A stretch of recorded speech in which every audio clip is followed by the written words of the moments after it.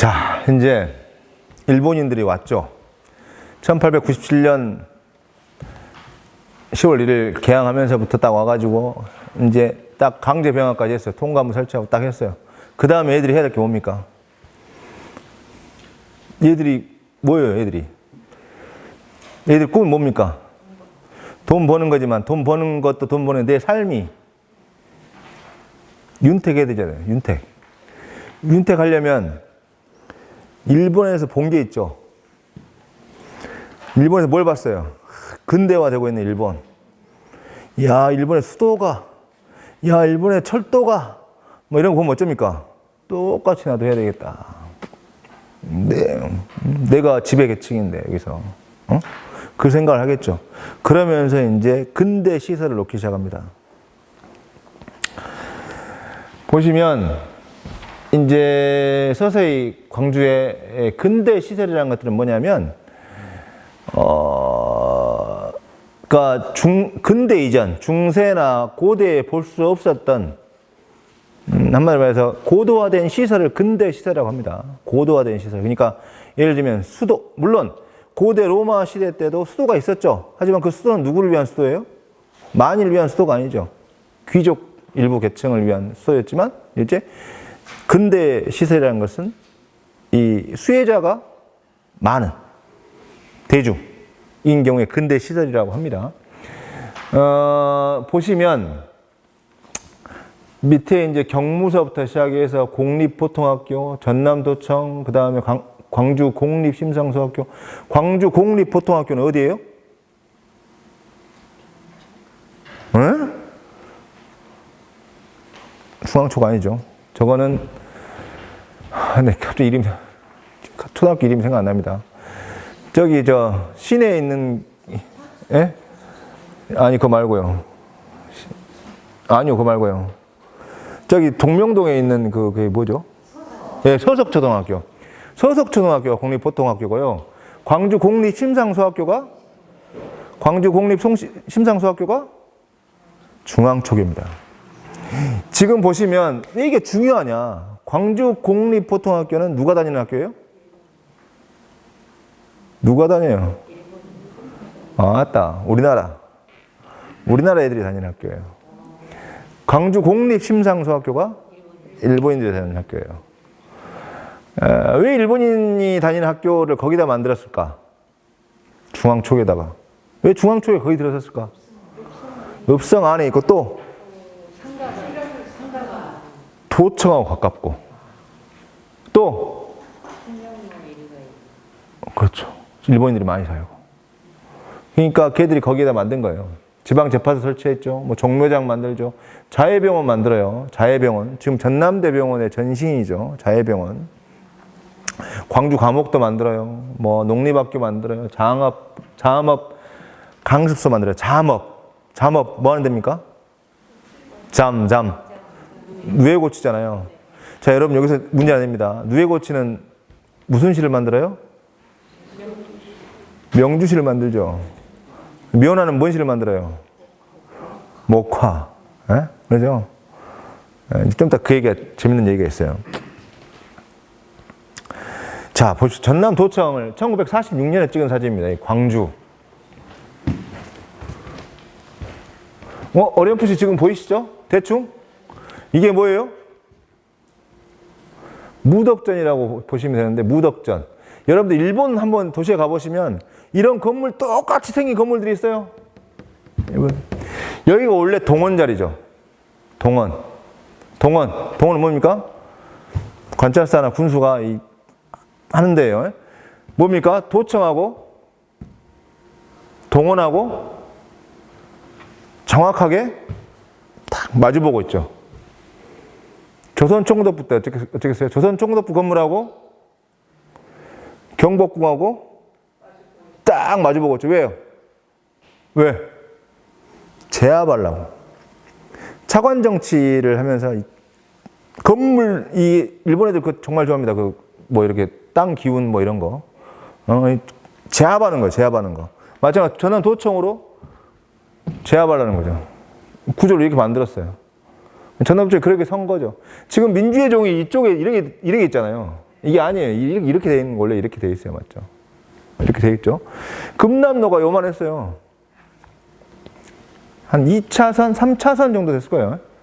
이거를 확장공사를 하죠. 누구 때? 네, 박정희 때 하는 거죠. 박정희 때 해가지고 이게 무덕전이 그때 흘려요.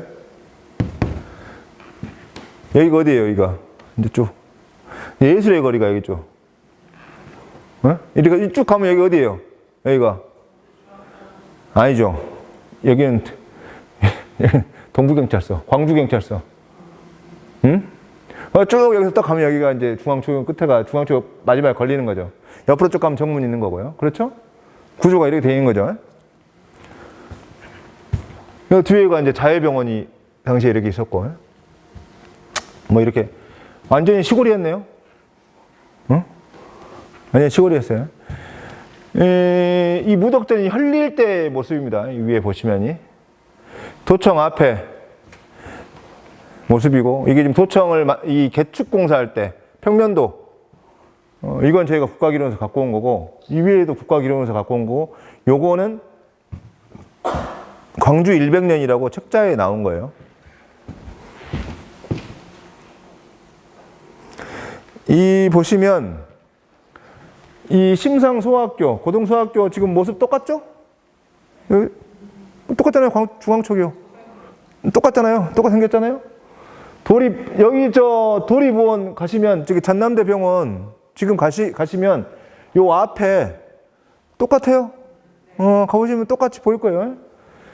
이 공원이죠. 광주공원. 여러분 가시면, 광주공원 올라가는 길에 그 밑에 조그맣게 써 있어요. 계단에. 이게 식민통치 일제단지입니다라고 딱 써 있습니다. 이 다리. 경찰서, 이게 광주 지금 경찰서. 동부경찰서 자리예요. 이 자리. 상품진열소는 도청 옆에 있었어요. 근대식 학교들 보시죠. 자, 광주공원이 언제 만들어졌냐? 1912년부터 13년 사이에 생겼어요. 야, 광주공원이 왜 중요하냐, 일본 애들한테. 자, 보세요. 죽을 똥 살뚱하면서 목포에서 내려서 말을 타거나 가마를 타거나 걸어서 나주 남평으로 건너와요. 나주 남평에서 1박을 하고 다시 걸어서 어디로 가요? 광주로 들어가. 광주 들어와가지고 백운광장 그 백운 고가도로를 넘어가지고 쭉쭉쭉 넘어오면서 해가지고 어디로 가? 옛날 수군갈비. 예, 모르시는구나. 수군갈비. 골목길 모르시는구나. 지금 보시면 구동체육관 모르시는구나. 구동체육관도 모르시는구나. 네. 그러니까 이렇게 굽으로 들어가는 선이 있어요. 여러분 아세요? 이 설명 못하겠네. 이렇게 굽으로 들어가는 선이 있는데 이 선을 거쳐서 딱 나오면 광주교가 있는 거예요. 그러잖아요. 네, 생각해 보세요. 광주교를 딱 보면서 내가 죽지 않고 광주에 왔다. 그러니까 광주공원이 옆에 이제 그 선거산이라고 불렀죠. 그 산이 딱 보이는 거예요. 선거산이. 이 옆으로 딱 봤는데. 그러니까 이 산이 너무 반가운 거예요. 그러니까 여기를 공원으로 만든 거죠. 광주공원으로. 광주가 거의 신사를 만들어요. 아까 사정시장 얘기했잖아요. 사정시장의 사동이 바로 그 앞이잖아요. 광주공원 앞에가 사동이잖아요. 거기다가 시장을 만들었어요. 근데 옛날 시장은 어떻게 합니까? 뭐가 있었어요? 도살장이 있었죠. 도살장 막 목을 베고 막 하는 거예요. 근데 광주가 막 부로 성장하고 도시로 막 성장하다 보니까 이제 광주 신사를 일본 애들이 국패사로 지정을 해요. 1941년에. 국패사가 뭔지 아세요? 국가의 제사를 지내는 국패사를 만들어. 그러면서 어쩝니까? 사람 많고 막 이런 시끄럽고 막 이런 막 도살하고 이런 시장이 있으면 안 돼. 그러니까 얘를 어째야 돼? 쫓아내야 돼. 그러니까 쫓아내려고 어디다 옮기는 거예요? 천정의 운동장이 있었어요. 그라운드라고 좀 이따 보여드릴게요. 천정 운동장에 그 자리로 시장을 옮기고 그 천정을 어디로 옮겨요? 운동장을 어디로 옮기려고 했어요? 경양방중을 매립하고 그 땅에다가 운동장을 만들려고 했죠. 그 계획이 이제 쓴 거예요. 광주 도심이 그때 완전히 변화가 심하게 돼요. 그때. 그러니까 이 양동시장은 언제 시작된다고요? 1941년에 시작되죠. 그 양동시장이 언제 시작됐는지를 아무도 모르더라고요. 1941년에 시작됩니다. 양동시장의 역사는. 양동으로 옮겨가요. 천정시장이라고 했어요. 그때 당시에. 그렇게 해가지고 하는데 일본 애들이 봐보세요. 일본인 회를 설립하고 자기 방어, 교육, 위생, 소방 등의 업무를 보죠. 뭡니까? 마치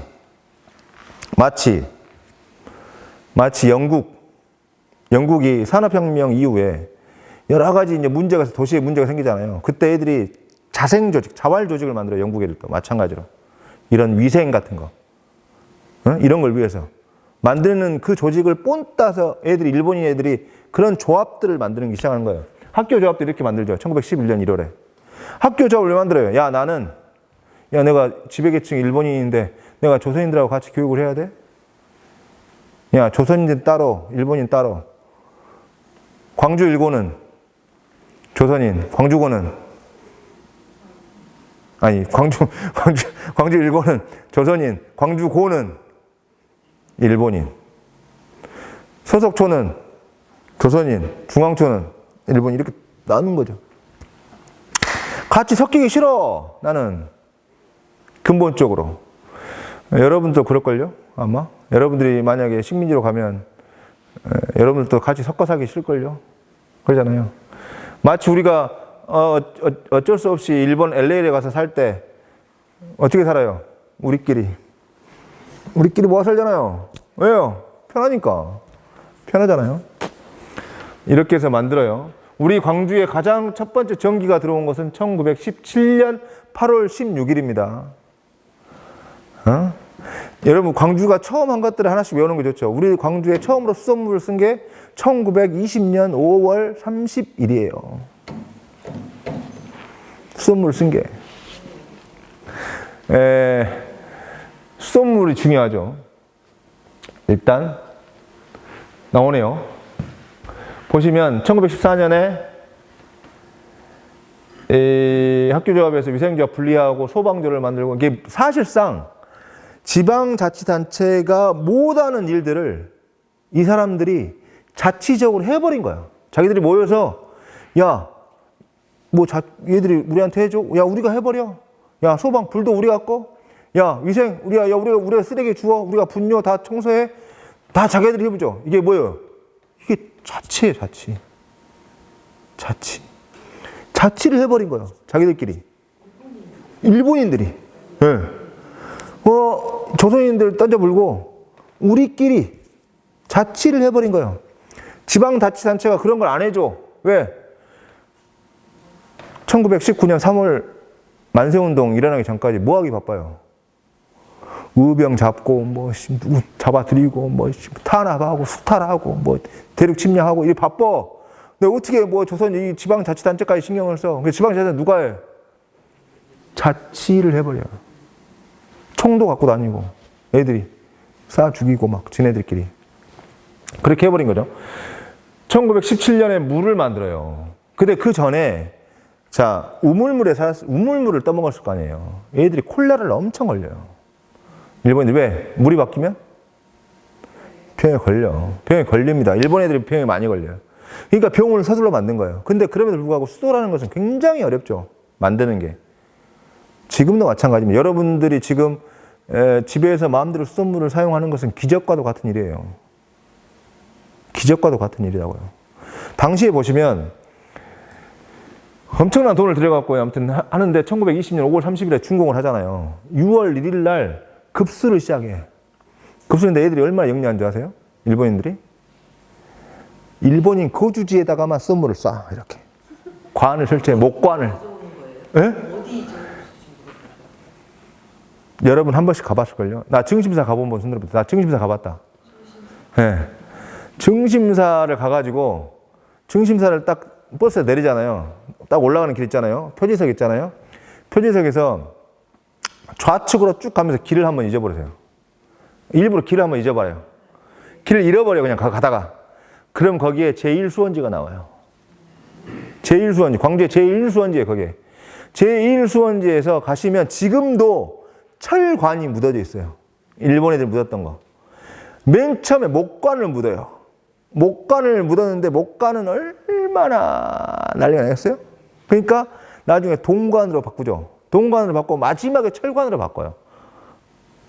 그 가시면 그대로 보여요.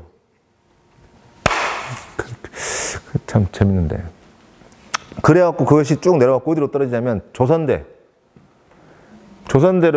뒷산으로 떨어져가지고 그게 금남로로. 그래갖고 제일 먼저 물을 쓴 데가 어디겠어요? 나는 우물을 먹어도 내 자식은 썸물을 먹어야지. 중앙 초기부터 떨어지는 거죠. 얘들이. 근데 보시면 이게 급수를 하는데 일본인만 못 쓰잖아요. 일본인만 썸물을 못 줘. 왜? 관이 따라가니까. 거기에 중간에 걸리는 조선인도 있을 거 아니에요. 그러면 급수를 제한해버려요. 일본인은 100리터, 너는 50리터. 이렇게 절반으로. 급수 제한을 해버리는 거죠. 그래갖고 보시면 1925년에 급수구역 내 일본인이 993호, 조선인이 2315호예요. 근데 이걸 그대로 보시면 안 되고, 이게 왜 중요하냐면, 일본인은 그때 아까 얼마라고 했잖아요. 1200호 정도 될 거예요. 그러면 거의 한 60%, 70%가 썸물 혜택을 받고, 조선인은 거의 한 10%도 안 되는 거예요. 혜택을 받는 수가. 기반시세 차이를 두는 거죠. 차이를 두는 거예요. 보시면, 급수구역 내에 일본인이 993호, 조선인이 2315호가 살았는데, 1920년에 보고 호수를 보면 일본인이 385, 조선인이 54호밖에 안 돼. 완전히 일본인 중심으로 관을 만들어갖고 씹는 거죠. 이게 무슨 말이냐면, 국가가 해야 할 역할이 뭐예요?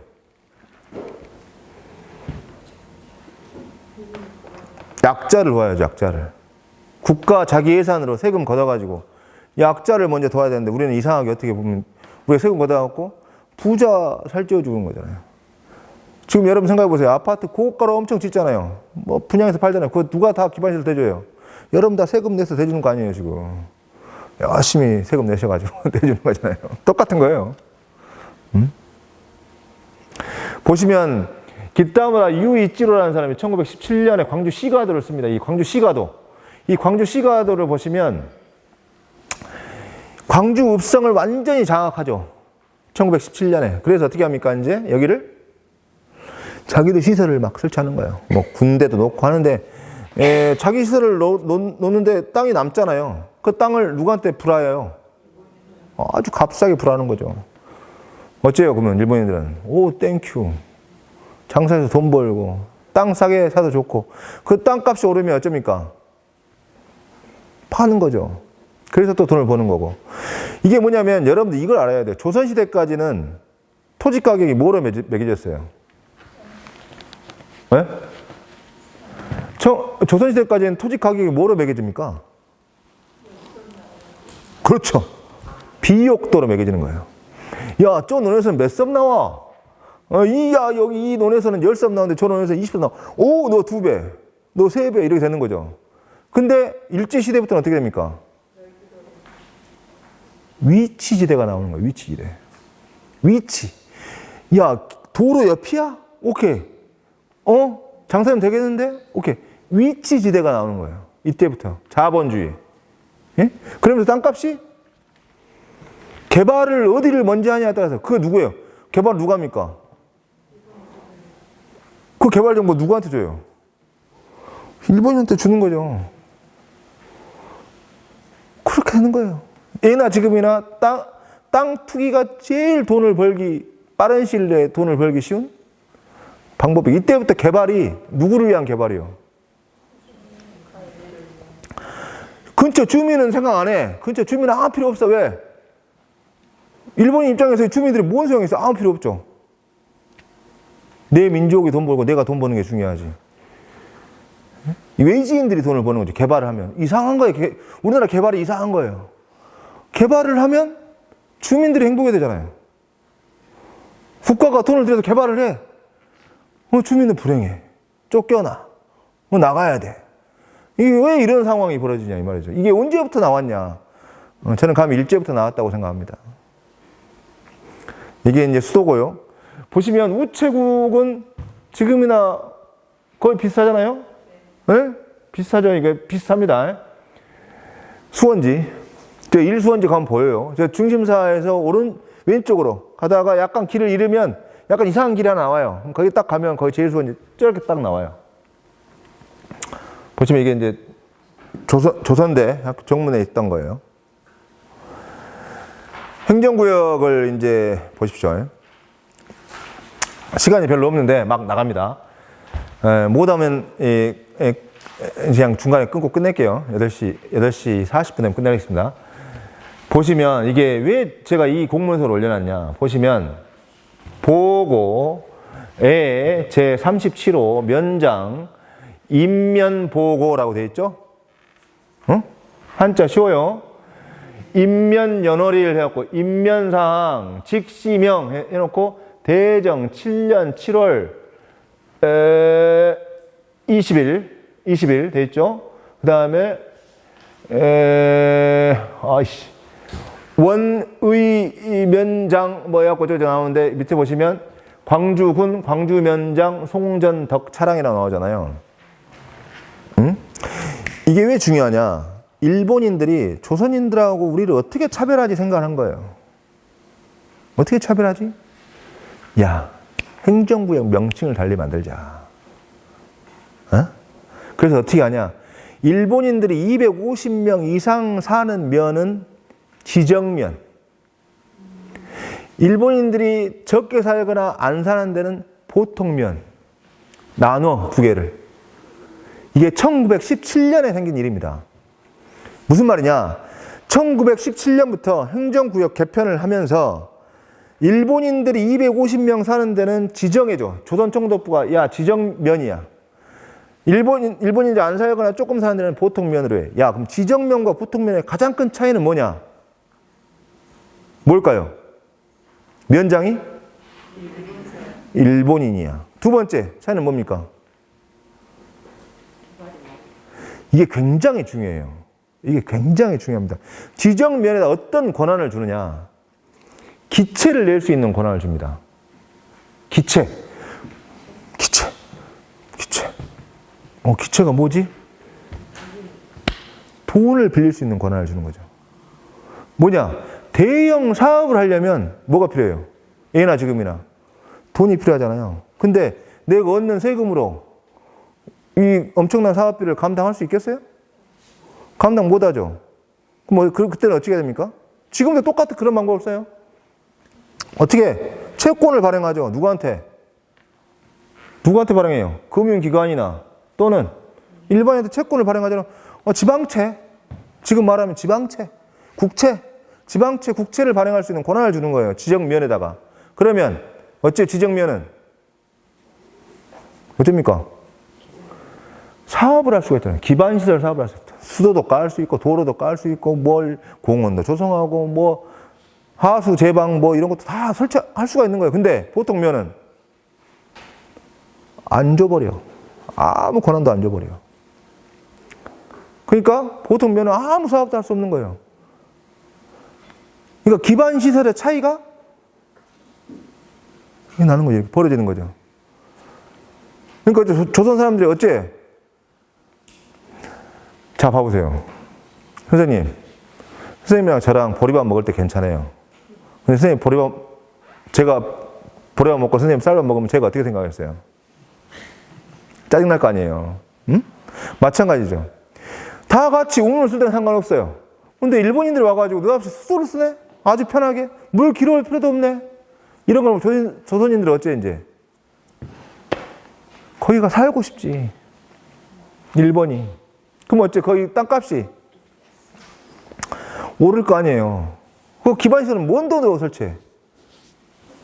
피수 얻어서 기체를 내서. 그럼 기체는 어떻게 갚아요?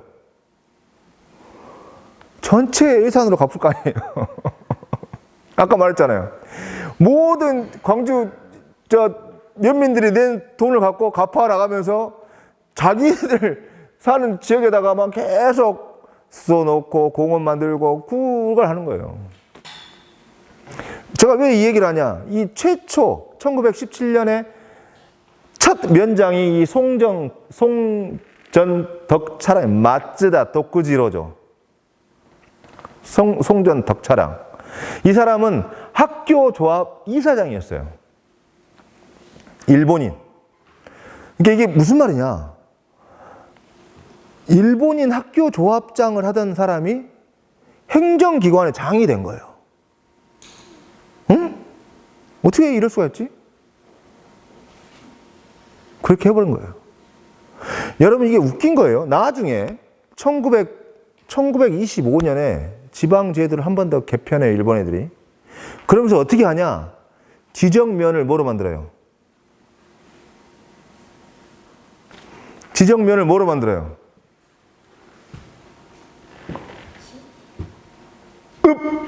읍으로 만들어요.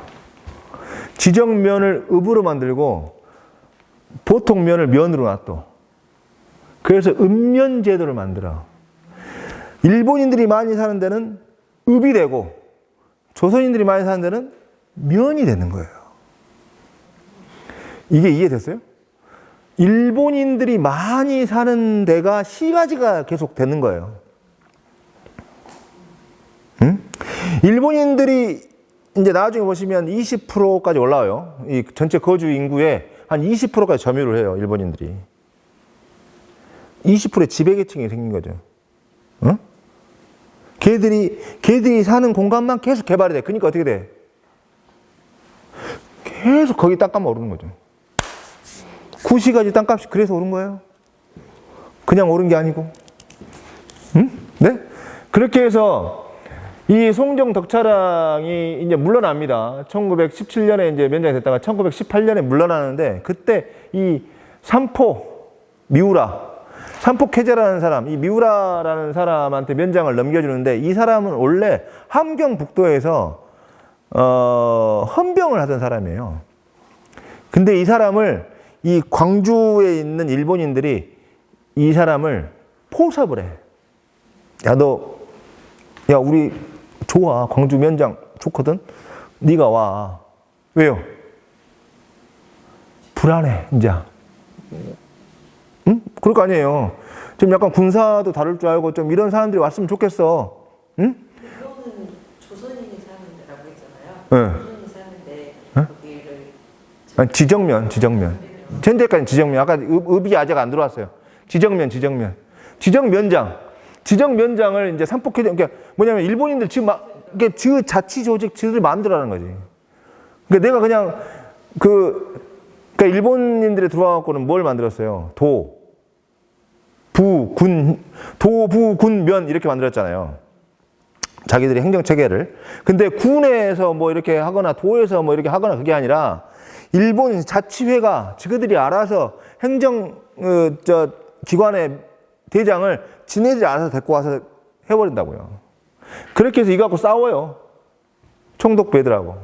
조선 총독부 애들이 삼폭회자가 누구하고 뭔 상관이냐, 미우라가. 왜 그 누구애들 광주 사정도 전혀 모르는 애를 왜 너네들이 쓰려고 그러냐. 이제 막 이렇게 서로 공문을 주고받아요.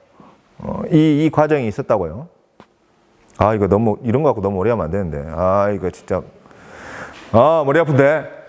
그런데, 보시면, 1912년에, 이제 다시 좀 역사에 거꾸로 돌아갑니다. 1912년에 광주면이라는 명칭이 생기기 전에, 거기는 무슨 면이었습니까? 성내면이었죠. 성 안의 면, 광주 읍성. 근데, 광주 읍성에만 이 일본인들이 살기에 너무 좁아. 그러니까 어쩌겠어요? 넓혀야 돼. 그러니까 성벽을 허물어서 1907년부터 이제 허물기 시작해 1919년부터 1916년 사이에 흘립니다. 광주 읍성은 다. 광주 읍성이 흘리면서 그게 전부 다 뭐가 돼요?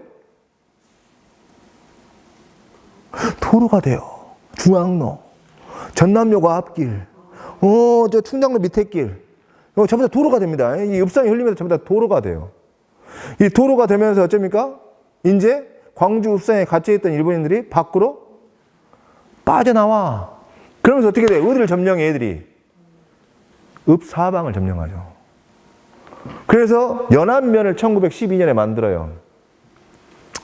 연안면이라고 만들어. 광주면이라고 그때까지 명칭이 없어. 연안면이라는 걸 만들어서 운영을 해요. 응? 이렇게. 뭐 부지에 설치하고 뭐 이런 것들, 이런 것들은 너무 이제 여러분들이 다 넘어가고요. 이제 아까 제가 했던 말들이에요. 일본인을 우대하는 제도를 보면 이제 1920년을 봐보세요. 1920년 면제 개정을 해가지고 면협의회를 구성해요. 우리로 따지면 지금 현재 의회. 근데 이때까지만 해도 자문기관이에요. 근데 자문기관이라는 게 뭐냐면 뭡니까 자문기관은?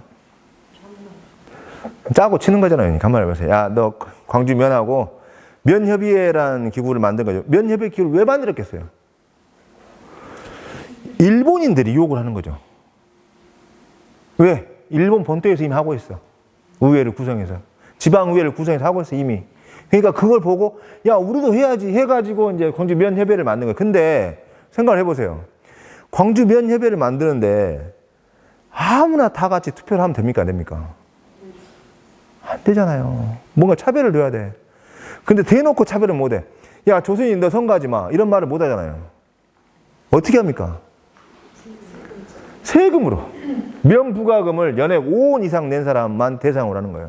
근데 일본은 3원 이상이었고, 3원 이상이었어. 그러니까 일본보다 더 높은 기준을 준 거예요. 그러니까 대상자가 보시면 유권자 수가 3,032명밖에 안 돼.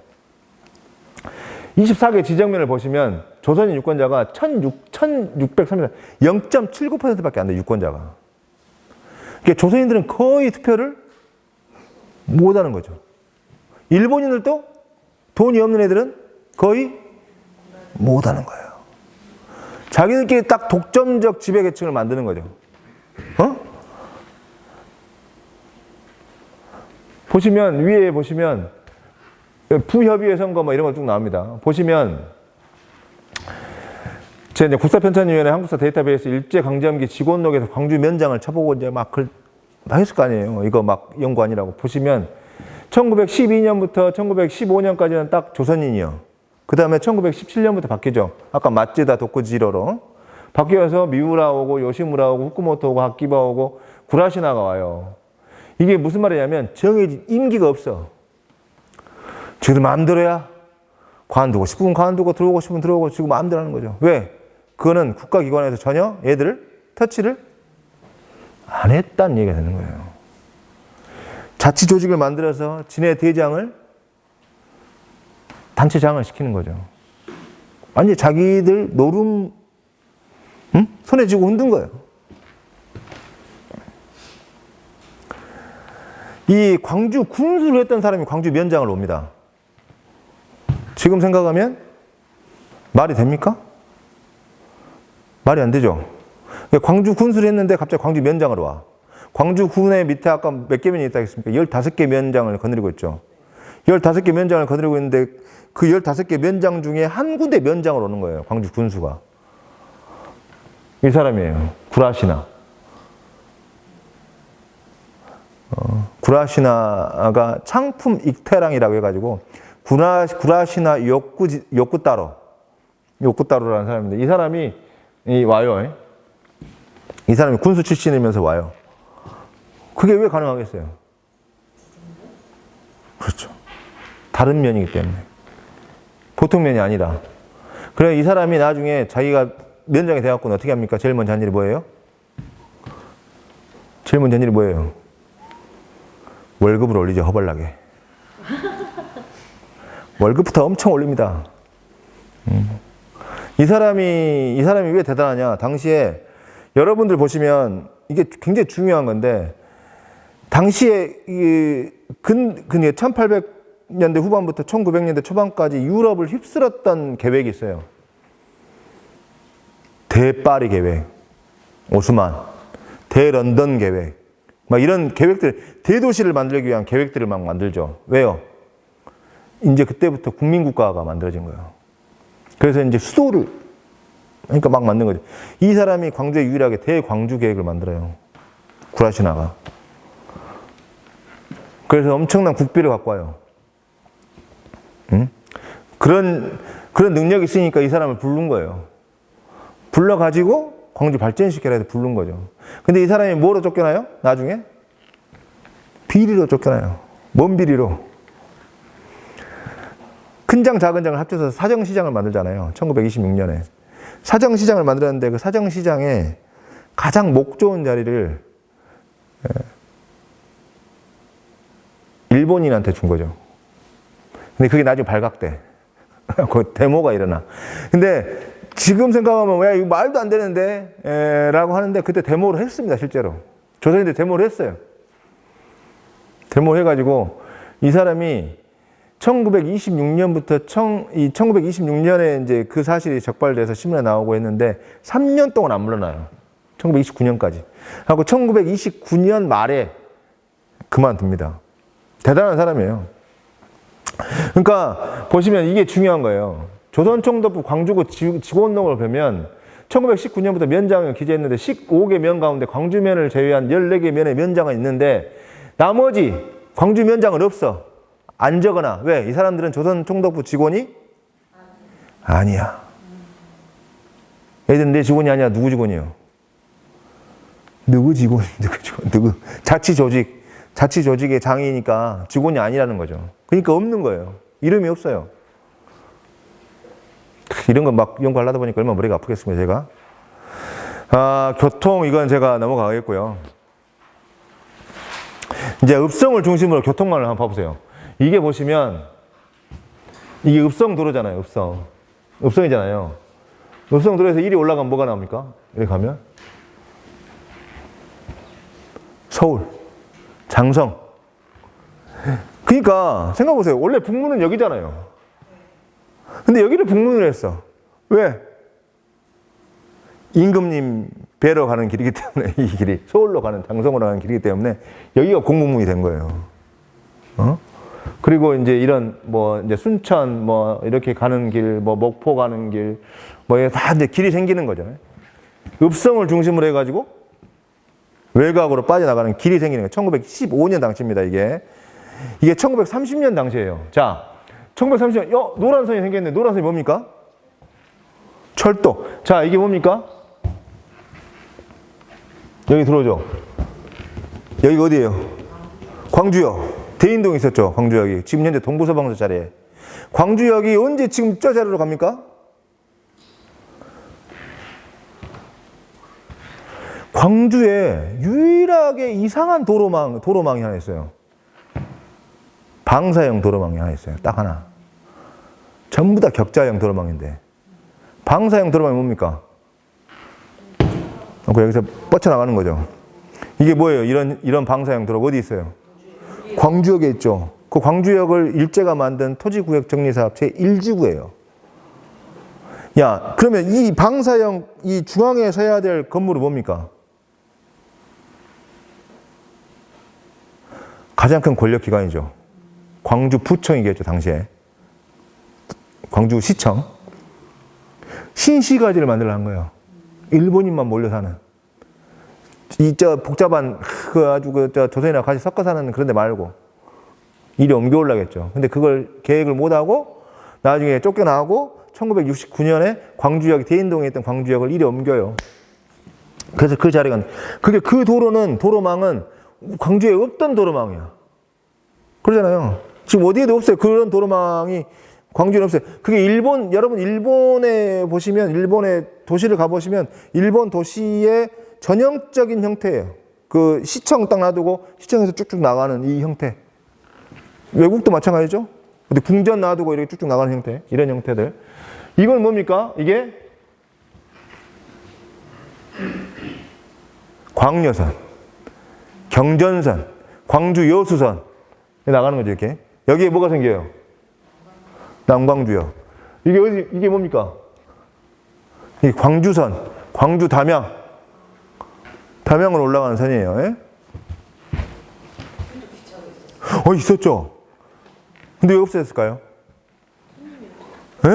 손님은 많았어요. 근데 왜 없애졌을까요? 일제가 전쟁을 이제 대동아 전쟁을 하잖아요. 뭐가 부족해요? 쇠가 부족해요, 쇠가. 그러니까 어떻게 합니까? 담양선을 철거를 하죠. 뜯어내고 그 철을 갖고 무기를 만들어요. 그래갖고 이제 나중에 해방되고 나서 IBRD 알죠? IBRD에서 조사를 나와요.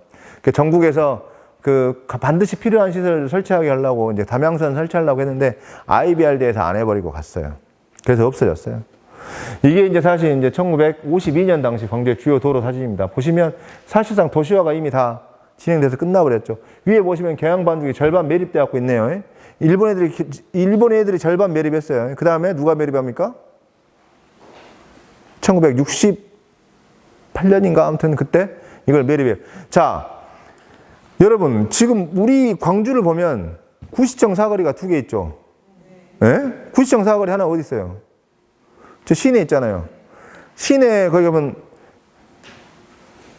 여러분 혹시 노래 좋아하십니까? 오렌지 노래방이라고 하세요? 네? 구시청 사거리 가시면 오렌지 노래방이 있습니다. 그 오렌지 노래방이 광주 부천 건물입니다. 지금도 있어요? 지금도 있어요. 오렌지 노래방. 오렌지 노래방이 있죠. 부천에 있는 게 아니라. 광주 부천 건물이죠. 그 앞에 도로가 신장로예요, 여러분이. 그러니까 거기서부터 쭉 가면 뭐가 보입니까? 사직공원. 사직공원이 왜 보입니까, 거기서? 그것도 25년, 6년, 7년 이 사이인데, 이 일본 황태자 이 성원 축하 기념 공원이에요, 거기가. 사직공원이. 거기에 뭘 만들어요? 동물원 만들잖아요, 그래서. 걔들이 동물원 무지하게 좋아해요. 그러니까 창경궁에 뭘 만들어요? 창경을 만들잖아요. 동물원 만들잖아요. 똑같은 거죠. 만들었던 거예요. 거기가 쭉 신장로에 딱, 거기 관청들이 다 있었어요. 광주 부청, 광주 군청 쭉 있었어요. 그 도로 앞에 쭉 도로 나오잖아요. 지금 양쪽에 술집 있지만, 지금 다 망했지만, 거기가 있어요. 우와, 이게 보시면 이제 1951년 전남도 주변이죠. 엄청난 난개발이 된 거예요. 보시면이 엄청난 난개발이 된 거예요. 뭐 지배 계층 이것까지 다 여러분들한테 설명하려면 오늘 밤새도 못 하고요. 이제 제가 봐볼게요. 광주 읍이 자 봐보세요. 광주면이 얼마나 작았는가. 광주면이 이만했잖아요. 저 중앙에 조그마한 거 있네요. 광주면이. 그래갖고 요만큼 확장을 해요. 요만해 1차 확장 때. 예? 이게 뭔 말입니까? 광주면이 확장된다는 것은 뭘 의미해요? 일본인들이 많이 늘어났다는 얘기가 되는 거죠. 광주면이 확장돼. 그 다음에 광주부가 될 때는 이 정도 크기가 되는 거예요. 응? 이 정도 크기가 돼요. 광주부가 이 정도 크기가 돼. 그래갖고 광주시가 되죠. 해방 이후에. 그때도 광주시는 이거밖에 안 됐어. 해방 이후에. 그래갖고 어떻게 했어요? 광주시를 확장했죠, 다시. 1955년에. 이렇게. 그 다음에 1957년에 광주시 계속 확장해. 그 다음에 1961년에 광주시 이제 출장소 개념이 생기네요. 광주에 출장소를 만들어. 그 다음에 여기는 여전히 광산군. 자, 아까 제가 광산현이 뭐라고 했어요? 광등대스 때 이름이잖아요. 그 이름을 누구한테 줬어요? 조선인 동네에다 주고 광주는 일본인 저들이 갖는 거예요. 광산군은 조선인들이 많이 사는 동네고, 그래서 결국에 이제 나중에 어떻습니까? 계속 되다가 광산군이죠. 이때까지 1988년까지. 그래가지고 1995년, 여기까지 1988년까지. 그 다음에 광주 직할시 되면서 광산구로 편입을 하죠. 그래갖고 이렇게 된 거예요. 미치겠어. 미치겠어요. 제가 왜 미치겠습니까? 왜 미치겠어요? 이렇게 됐단 말이에요. 그래서 그냥 광주 광산구가 된 거예요. 그런 이야기입니다. 그러니까 지금 이 얘기가 사실 지금 이 온갖 서류들이나 이런 것들을 여러분들한테 설명을 드렸으면 좋겠습니다만, 오늘은 시간이 없는 관계로다가 대광주 계획이나 뭐 이런 것들 보시면 하수도 같은 경우에도 이제 이런 서류들을 저희들이 보고, 이런 서류들 있잖아요. 이런 서류를 보고 이제 이런 지도들을 전부 다 확인해가지고 노선들을 보는 거예요. 이렇게 노선들을 보고 망이 어떻게 형성됐는가를 다 보고 저희들이 기록을 해놓은 거예요. 이거 이제 나중에 여러분 보시라고. 이런 것들도 이제 지도를 보시면 엄청 복잡하잖아요. 엄청 복잡한 지도를 이제 안에다 보시면 이 평면도를 지금도 쓰고 있다는 거예요. 이거 중요한 거예요. 지금도 쓰고 있어. 왜? 신시가지 택지 개발할 때는 우수, 오수관을 교체를 했는데 지금 아직도 여전히 동구는 교체를 안 하고 옛날 거 그대로 쓰고 있죠. 그러다 보니까 어쩝니까? 비가 오면 냄새 나죠. 그러니까 살기가 어려운 거예요. 구도심이 왜 올라가냐? 일본 애들이 구도심에다 엄청 투자해놓고 해방이 올라가 없어. 그 다음에 구도심이 살기 복잡하니까 이제 택지지구 만들고 막 토지구역 정리사업 해가지고 우리나라 사람들은 막 신시가지에 투자를 엄청 한 거예요. 그러니까 구시가지가 살기가 불편한 거죠. 역사는 항상 돌아오는 거예요. 응? 제가 그런 점에서 여러분들한테 이게 아까 그 부영 그라운드 천정에 있던 거. 천정에 있던 거 우리 야구장. 이 야구장이 시장에 들어선 거예요. 천정시장. 지금 양동시장. 응?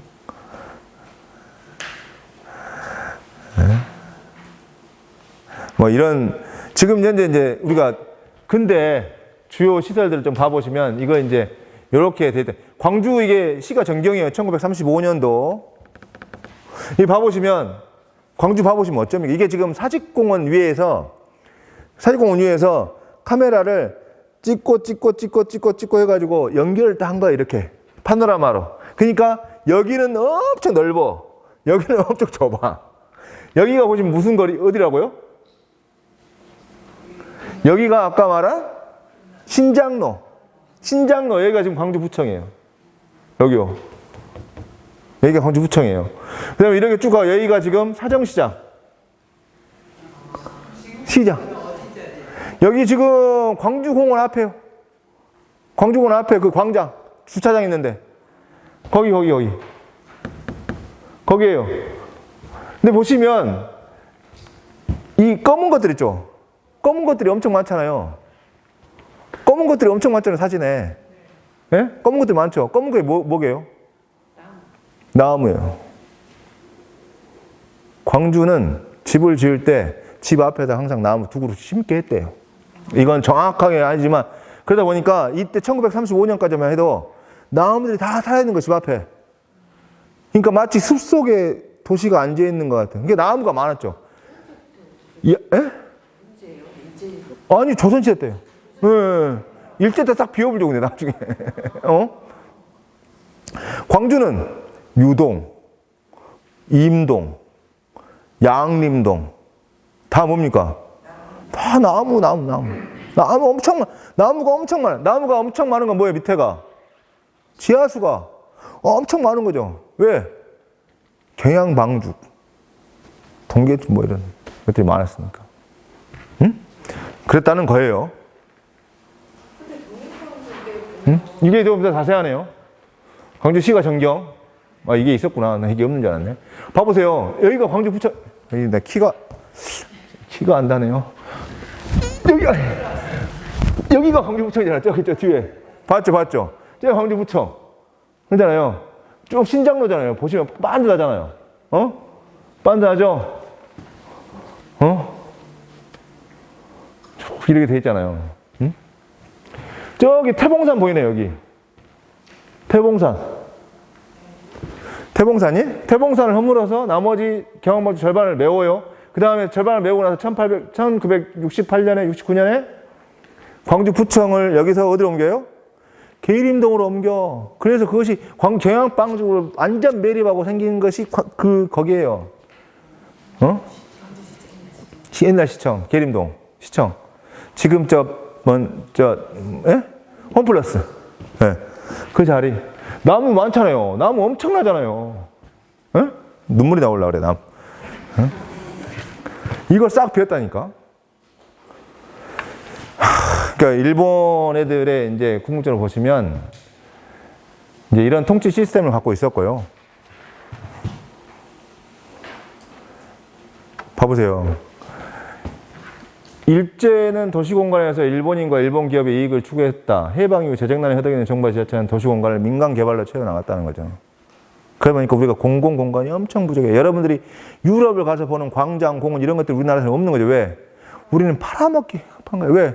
공공공간을 팔아야 돈이 되고 개발을 할 수 있으니까. 그러니까 그 민간 개발에 의존해버린 거, 완전히 공공이 개발하지 않고 공공성 포기해버린 거죠. 도시 공간에서. 그러니까 유럽에 여러분들이 어디 가시면, 일본을 가시든 유럽을 가시든 사람들이 열린 공간이 엄청 많잖아요. 우리는 다 닫혀 있어. 다 아파트야. 불행해. 걷기도 힘들어. 왜? 아파트 걸어봐요. 뭘 아파트를 얼마나 걷겠어요. 옆에 보면서. 예? 기반시설 불균형이 왜? 아까 말씀드렸잖아요. 일본 애들은 막 지금 일본인 사는 구시가지에다가 막 박아냈어. 그 다음에 우리나라는 어땠어요? 그 다음에 구시가지 던져불고 신시가지에다가 엄청나게 했잖아요. 투자를 했잖아요. 그러니까 어떻게 됩니까? 구시가 살기 어려워진 거죠. 완전히 방치돼버린 거예요. 저기는 완전히 방치돼버린. 지금 현재 충장로, 금남로를 제외해놓고 그 뒤에 그 주변 언저리 전부 다 아파트로 채워질 거예요. 그것도 40층 이상짜리로. 그걸 어떻게 보겠어요? 그 꼴을? 네? 그런 거예요.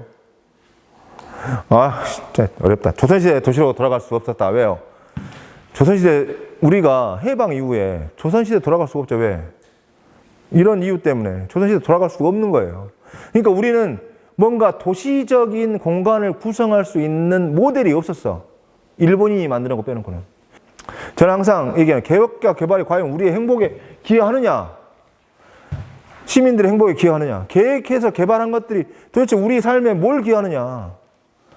어떤 업자 이익에 기여하느냐? 시민의 행복에 기여하느냐? 우리 이걸 따져봐야 된다, 이제. 뭐 이 정도. 아, 목소리가 너무 커졌죠? 빨리 해야 되니까요. 5분 남았는데 뭐 질문할 거 있으십니까? 열심히 달려왔습니다. 예, 말씀하십시오. 말바우 시장에 대해서 네. 말바우가 무슨 뜻인지 알려주세요. 말바우요? 네. 말바우. 두암입니다. 말 두자에다가 바위 암자. 두암동. 그러니까 왜 말에 대한 지명이 많아요? 그쪽 인근에. 경양역에 말을 20마리를 키워요. 근데 조선시대에서 말은요, 얼마나 가치가 엄청난 거였냐면, 여러분들, 소 한 30마리 이 꼴을 한 마리예요. 말 한 마리. 그렇게 생각하시면 돼요. 그만큼 말이 엄청 귀했어요. 그리고 왜 말이 귀했냐? 원래 우리나라 말은 조랑말이죠.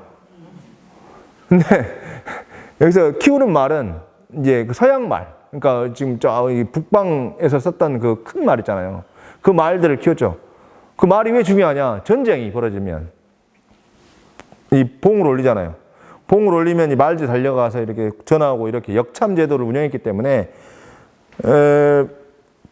거기는 그 말을 키우려고 이 하나의 도시가 형성했다니까요. 경양역 주변으로. 그게 경양방죽, 경양역, 그 다음에 뭐 거기 막 아무튼 여러 가지 지명들도 경양 지명이 많이 들어갈 거예요. 말 지명도 많이 들어가고. 뭐 그럴 거예요. 거기가 원래 두방이니까 또 두방. 아까 말 두자, 요 두자를 쓰잖아요. 그래서 이 말바우라고 하는 겁니다. 거기가 말바우 시장. 말바우 시장은 원래 여러분들 보시면 시장이 어떻게 생기느냐를 보셔야 돼요. 자, 남광주 시장은 왜 생겼습니까? 남광주 여기 생기니까 남광주 시장이 생기는 거예요. 말바우 시장은 왜 생깁니까? 왜? 다 아까 광주선이 생기니까 말바우 시장이 생긴 거예요. 광주선이 생겨갖고 광주선이 이제 가면서 이 사람들이 올 거 아니에요. 광주선 타고 거기서 저 장성, 담양 저기서 뭐 저 넘바에서 산 거 이걸 지고 이고 와가지고 말바우시장 내려가서 거기서 팔고 사가고 이렇게. 남광시장 마찬가지. 보성, 화순, 저기 순천에서 뭐 잡은 거 다 갖고 올라서 남광시장에 파니까 시장이 형성된 거죠. 말바우시장도 그래서 형성이 된 거예요. 그러니까 광주선이 아니었으면 말바우시장이 형성이 안 됐겠죠.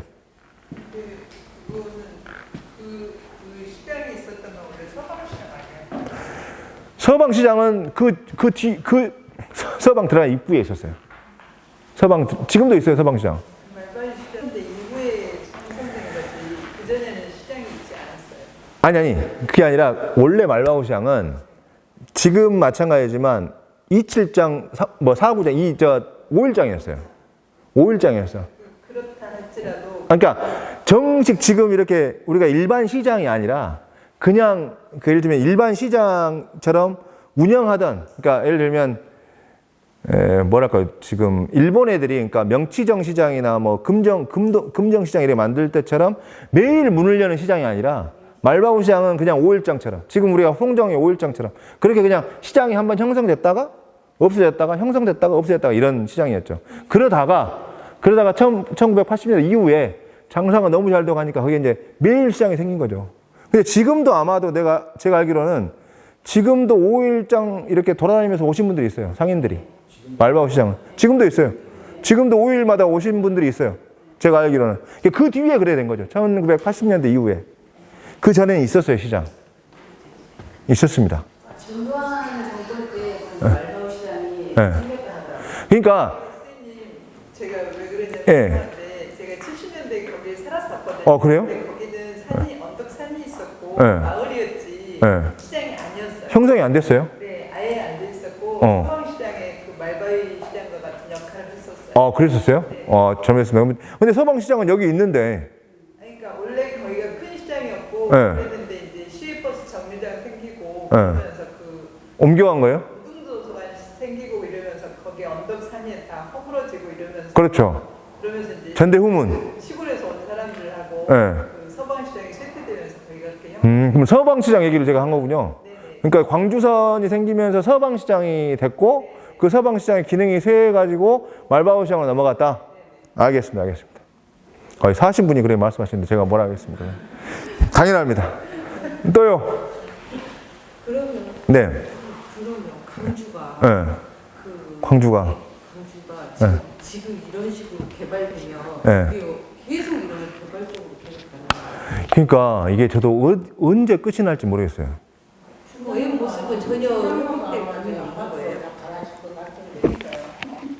이게 왜 그러냐면, 이게 왜 멈추지 않냐면요.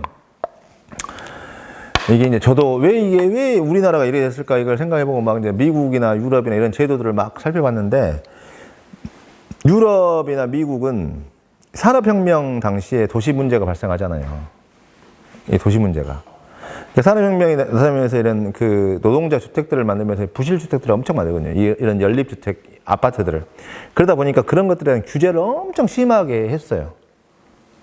아파트 짓는 것에 대해서. 왜냐하면 또 경관 자체를 중세나 고대에 있었던 유물들을 보존해야 되니까, 근대 유산들을 보존해야 되니까 굉장히 1900년대, 1800년대 후반부터 1900 초반까지 굉장히 많은 제도들을 만들어서 그걸 유지를 시켰단 말이에요. 근데 우리는 그런 것들의 제도들이나 이런 것들을 서양의 제도들을 많이 갖고 왔는데 겉만 갖고 온 거예요. 속은 완전히 다른 거죠. 지금도 마찬가지로 그러니까 저는 아까도 말했지만 일본 애들이 우리 광주를 진출했을 때 가졌던 그 느낌, 그 다음에 건설업체나 개발업체가 지금 광주를 바라보는 그 느낌하고 저는 일맥상통하다고 봐요. 비슷하다고 보죠. 왜? 이거 공간을 같이 살아야 할 공간을 보지 않고 돈을 벌어야 할 공간으로 보는 거예요. 그러니까 지금 이제 보시면 계속 아파트가 망하겠죠. 언젠가 왜 이게 이제 언제 끝이 나냐면 결국에 이제 인구가 이렇게 이제 감소가 계속되고 결국에 이제 전 조만간 올 것 같아요. 근데 이제 그것이 후세대들한테는 엄청난 부담이 되죠. 이 아파트 무덤을 주는 거죠. 아파트 무덤을 남겨주는 거예요. 후대. 근데 그 비용, 그 처리에 대한 그 부담, 이게 전부 다 우리 후손들, 지금 우리까지는 아니고요. 여기 계시네요. 이분은 좀 칠 수 있겠어요. 저는 그 부담을 좀 칠 수 있겠어요. 한 30년, 40년 정도 후면은 이게 도시가 난장판이 되겠죠. 난장판이 될 겁니다. 왜? 아주 비어버리는 공간들이 만약에 저희들이 마치 비어버리는 것처럼 엄청 많을 겁니다. 또 질문이요. 네. 예전부터 늘 궁금했던 건데요. 네네. 지금 광주 육구에 계시니까 네.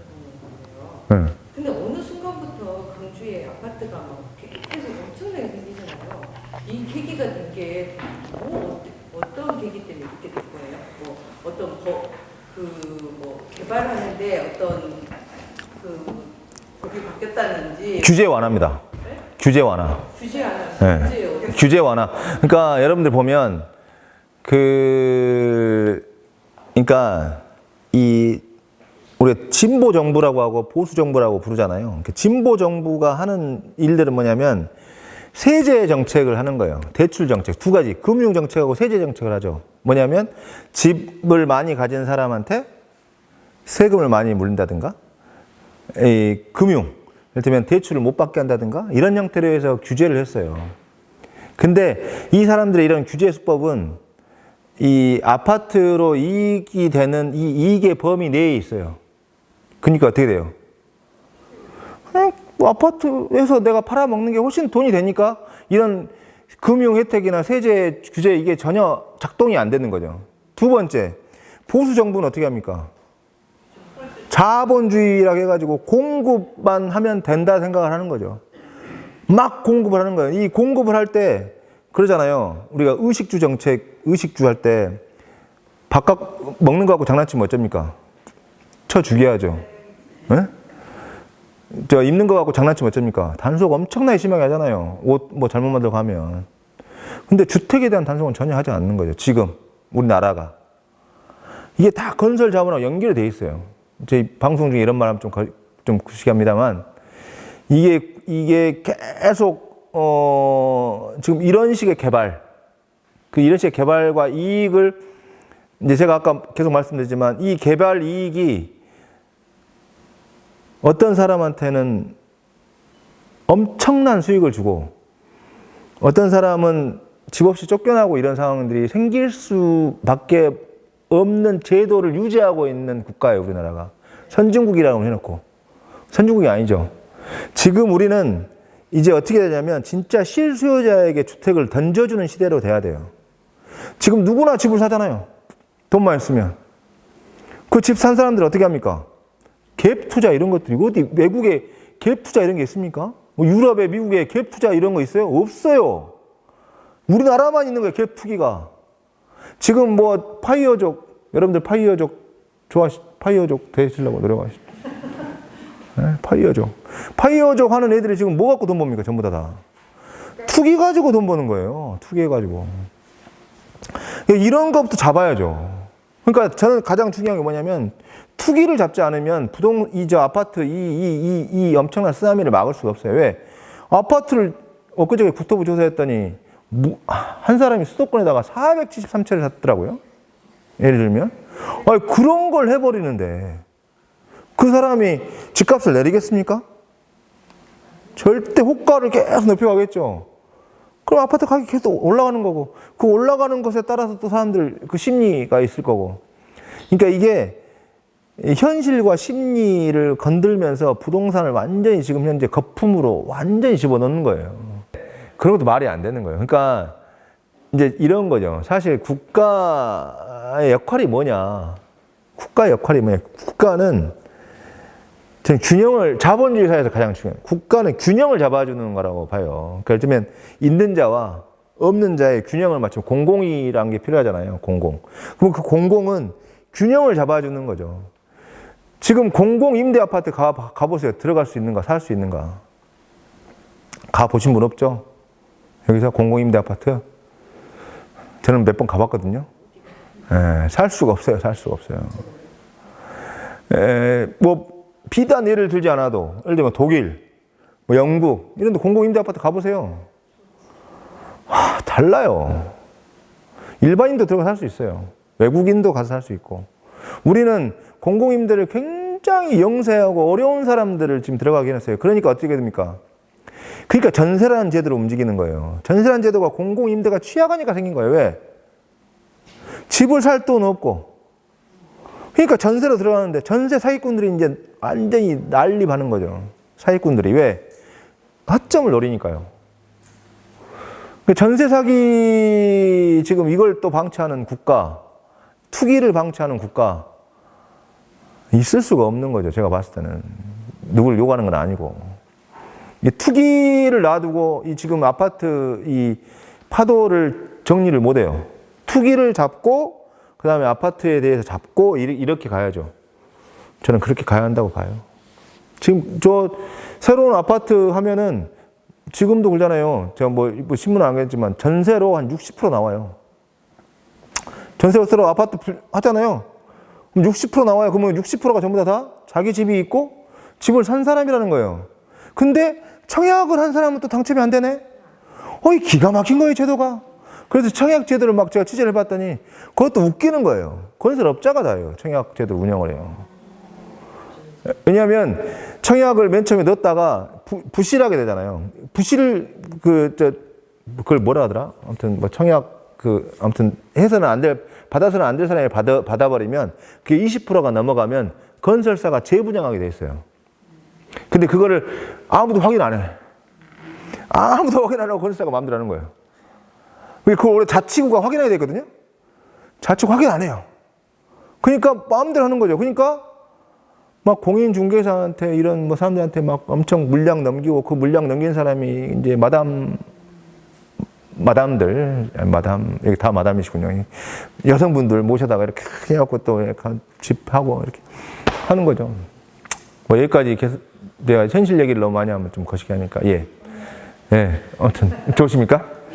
아무튼 뭐, 광주의 역사에 대해서 제가 뭐 아는 데까지 했는데 사실 이게, 대학원 강의예요. 대학원 강의. 이 대학원 강의를 하다는 거를 제가 이제 좀 요약해서 갖고 온 건데, 이 안에도 이야기가 실은 뭐 한 페이지 가지고도 지금 제가 봤을 때는 한 2시간 해도, 아까 그 전조시 3단 일명을 해서 해도 1시간 할 텐데, 오늘 시간이 너무 짧았던 것 같고요. 다음에 또 만날 날이 있겠죠. 제가 너무 욕심을 내서 100페이지 넘게 그걸 만들었다가 절반도 못 했네요. 아무튼 감사했습니다.